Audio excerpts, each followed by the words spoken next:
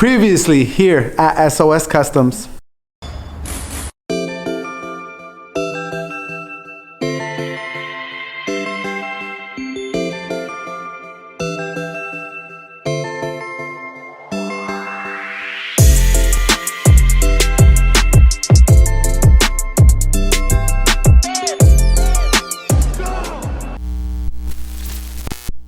Alright guys, I don't know if we're in beyond our heads, but the last time you guys saw this Skyline, it looked a little bit like this.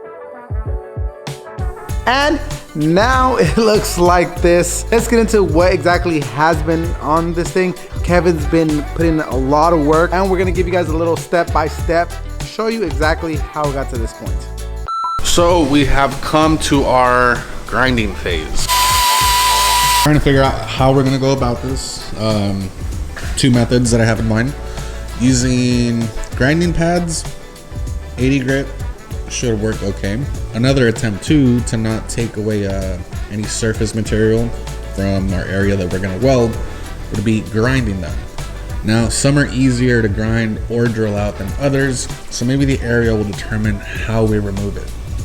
But for now, let's go ahead and start on this apron. We're gonna hit this top lip. Start with these little few, maybe 15, 20 of them. There's some that didn't fully grab once they were compressed, so we're probably gonna be filling those up.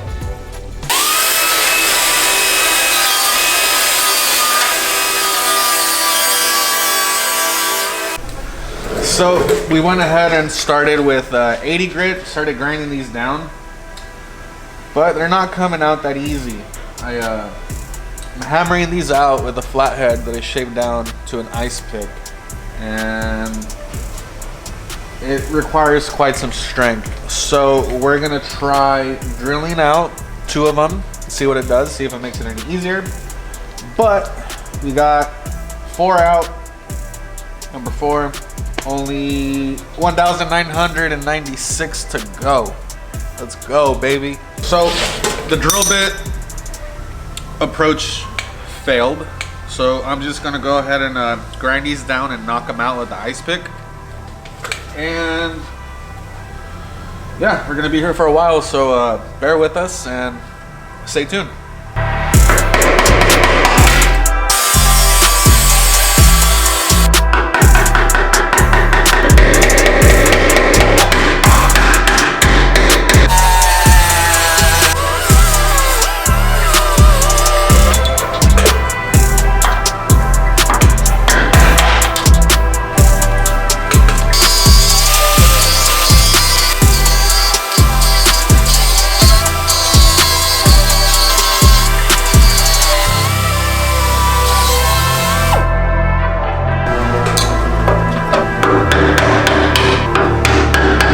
So we have about 21 to 22 of them already off, and that's just on one upper rail of the apron.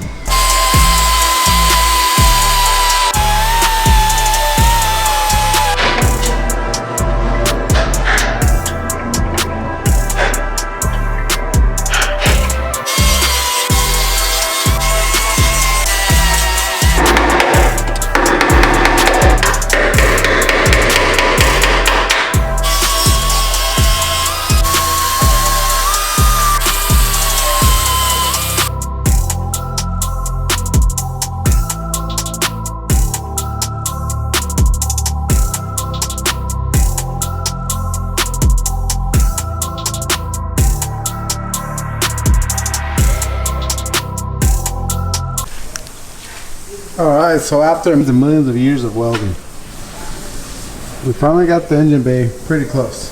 Almost. Yeah.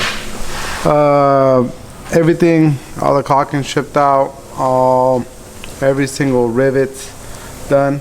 Up next, after we finish this last section, we're gonna go ahead and start prepping this thing out for some primer and move on to the rest of the car. All right, guys, we have a special guest here, Mickey. Hi, everybody. And we've been working on this car. You kind of know the story, all these rivets. Is that a normal thing that occurs in Japan or what? It is largely a Japanese thing. I've seen on a few of the chassis that came over from Japan for the Falcon Tire Drift team. It's a very common modification to do over there because a lot of the workshops don't have access to a welder. And they also have this mindset of using aluminum rivets is lighter than using welds or spot welds.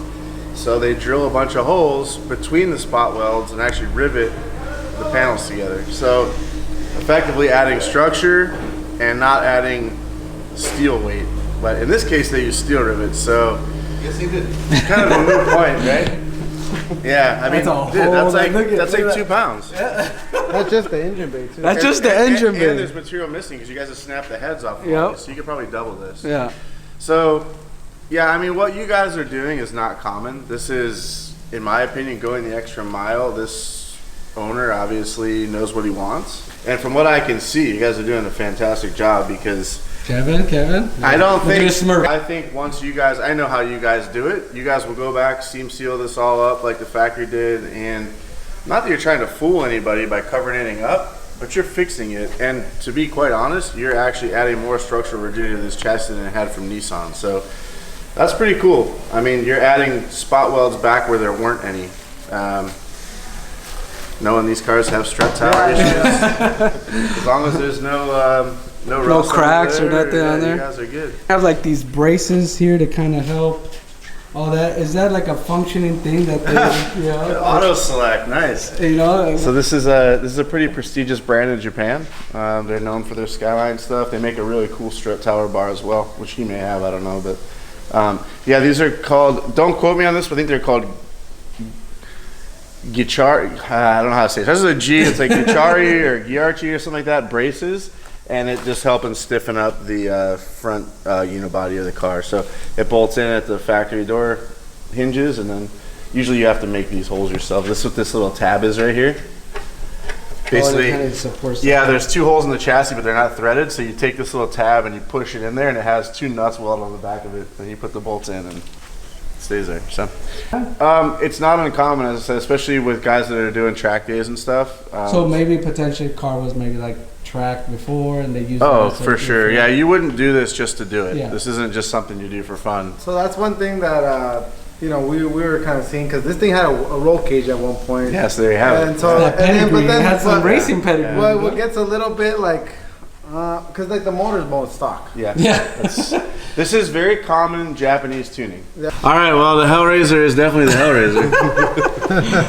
So now you see the extent of rivets. I mean, so I've seen a few of these jobs done, and this is the most extensive one I've ever seen. I mean, this guy went. I mean, he reinforced paneling in the tunnel that's not even structural. that's just like this plate right here is not a structural piece. There's no reason for that. I understand the pinch rails. I understand the unibody rails. This is another level of crazy right here. a little too much. So I mean, what this tells me is the owner was very passionate about this car and really wanted to spend the money and get this done properly in Japan. Properly in Japan. Yeah. You guys are going to do it properly in America now, which is pretty awesome. But that's the thing. If you have the patience and the ability, then it ain't nothing but work at that point, right? It's from Japan. That's what she said. So our duty here is to remove the rivets, re-weld every single hole without going to the spot welds to still retain some sort of OEM form in the bait, or actually reconfigure it back to an OEM spec. So here on the right shock tower, driver's side, we have the majority of them removed, besides a few back there by the brake booster. Right now, the current step is to clean every single inch of caulking. Now, if you're familiar with welding with caulking on your surface, it is a quick way for that weld to go south and fail. So my approach was hit it with a paddle, Scotch-Brite paddle wheel, shave everything down, take as very minimal material off of the shock tower that we can. And then I'm going to go ahead and hit it with a pipe cleaner, poke the hole through for any remnants of the caulking that they use to fill these holes to prevent any corrosion. So we have a prepped surface for a fine weld. Now I have to redo that step to the underside as well, Once we have the engine bay all tied up and re-welded back to a OEM spec or a Russo spec, we are going to move down towards the trans tunnel. So in the next few clips that you will see, we will be cleaning up, welding, and then moving back down further into the car. But that involves tearing off the interior, carpet, and any form of insulation inside of the car. So stay tuned. We have a long way to go. Thank you guys for watching. Let's keep this going.